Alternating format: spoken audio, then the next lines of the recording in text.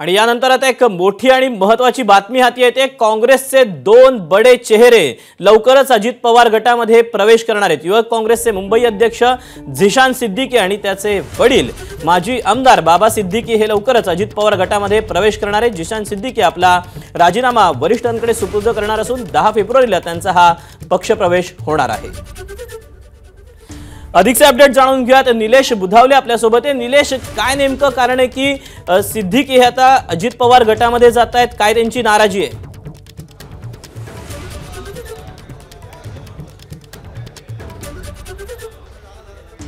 Hello mike check 1। Nilesh Budhawale आपल्या सोबत आहे। निलेश, काय नेमकी नाराजी आहे की काँग्रेसचे हे दोन बडे चेहरे आता अजित पवार गटामध्ये प्रवेश करणार आहेत?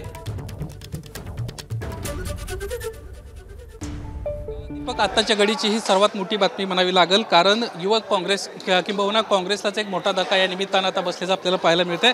कारण युवकचे जे मुंबईचे अध्यक्ष आहेत झिशान सिद्दीकी, सध्या जे बँड्राचे आमदार आहेत ते, आणि त्यांचे वडील बाबा सिद्दीकी हे लवकरच अजित पवार गटामध्ये जाणार आहेत, अशा पद्धतीची माहिती एबीपी माझाला विश्वसनीय सूत्रांनं दिलेली आहे। लवकरच हा त्या दोघांचा पक्षप्रवेश होणार आहे। सुरुवातीला बाबा सिद्दीकी 10 फेब्रुवारीला बँड्रामध्ये एक मोठा कार्यक्रम पार पडतोय।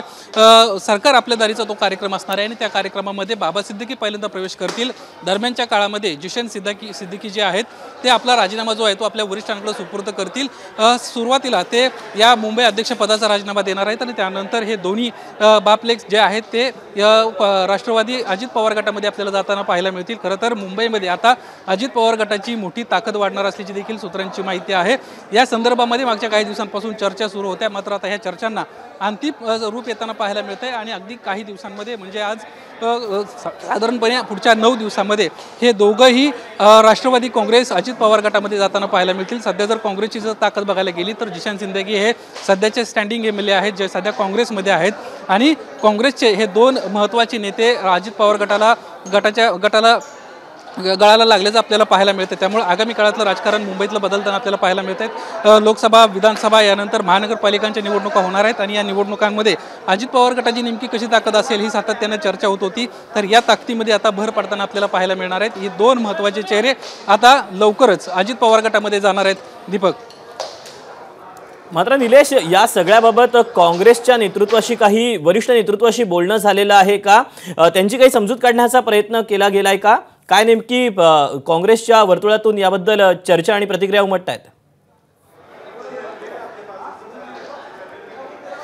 सध्या तरी याबाबतची सध्या काही अपडेट्स येत नाहीत, मात्र जी प्राथमिक माहिती आहे त्यानुसार मागच्या काही दिवसांपासून या दोघांची ही नाराजी पाहायला मिळत होती आणि कुठेतरी सत्तेमध्ये आपण सहभागी असलं पाहिजे अशा पद्धतीची दोघांची ही भूमिका होती आणि त्यामुळेच हा निर्णय घेण्यात आला अशी देखील माहिती मिळते।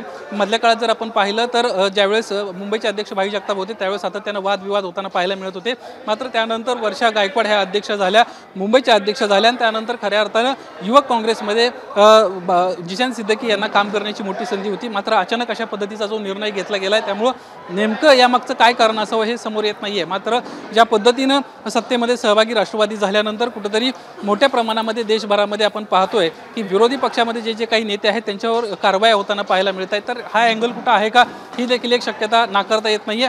सध्या तरी या दोघांची ही प्राथमिक जी चर्चा आहे ती पूर्ण झालेली आहे आणि 10 तारखेचा मुहूर्त या निमित्तानं निघालेला आहे। 10 फेब्रुवारीला बँड्रामध्ये सरकार आपल्या दारीचा कार्यक्रम पार पडणार आहे आणि त्याच कार्यक्रमामध्ये बाबा सिद्दीकींचा पक्षप्रवेश त्या ठिकाणी होणार आहे आणि त्यानंतर झिशान सिद्दीकी हे देखील लवकरच प्रवेश करणार आहेत। जर झिशान सिद्दीकींना प्रवेश करायचा असेल तर सुरुवातीला त्यांना आपल्या आमदारकीचा राजीनामा द्यावा लागणार आहे आणि त्यानंतरच त्यांना अजित पवार गटामध्ये जावं लागणार आहे, कारण सध्या ते काँग्रेसचे आमदार आहेत, त्यामुळे पुन्हा एकदा पक्षविरोधी कृती केली त्यामुळे त्यांच्यावर कारवाई होण्याची शक्यता दाट आहे आणि त्यामुळं आता सुरुवातीचा टप्पा जो आहे तो बाबा सिद्दीकींचा असेल आणि त्यानंतर झिशान सिद्दीकी जे आहेत ते पक्षप्रवेश आपल्याला करताना पाहायला मिळणार आहेत। निलेश, मात्र काय नेमकं कारण समोर येते की ज्यामुळे गेल्या काही दिवसातल्या अशा काही घटना आहेत का की ज्यामुळे सिद्दीकी पिता पुत्र आता थेट आपल्या पक्षालाच रामराम करतायत?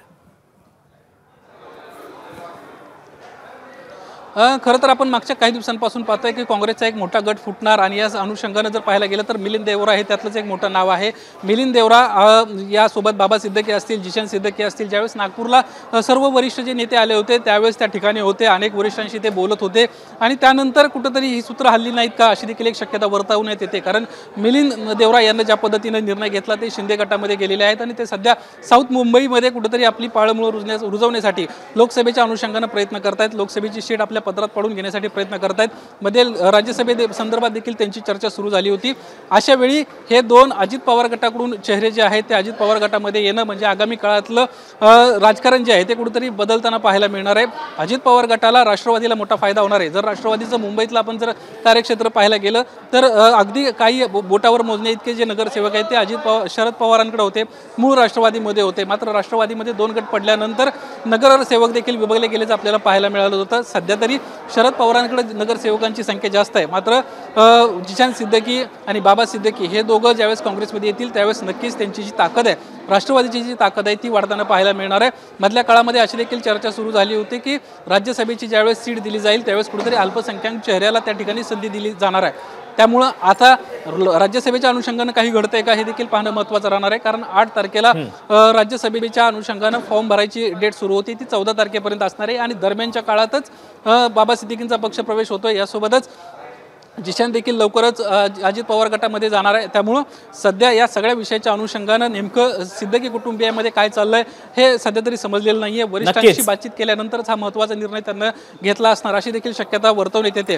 कारण याआधी देखील मिलिंद देवरांना अशाच पद्धतीनं वरिष्ठांशी चर्चा केली आणि त्यानंतर स्वाभाविकच मुंबईतले आणखी आहे का 2 बडे चेहरे आहेत। निलेश तू सांगतोय त्याप्रमाणे की आधी मिलिंद देवरा यांनी काँग्रेसला रामराम ठोकला आणि त्यानंतर आता जिशान आणि त्यासोबतच जे सिद्दीकी पिता पुत्र आहेत यांनी देखील हे मोठं पाऊल उचललेलं आहे। त्यामुळे या सगळ्या पार्श्वभूमीवर काँग्रेसला जे डॅमेज होते ते कंट्रोल करण्याचा कशा पद्धतीने प्रयत्न केला जातोय का हे पाहणं देखील महत्त्वाचं असणार आहे। निलेश, धन्यवाद दिलेल्या सगळ्या सविस्तर माहितीबद्दल।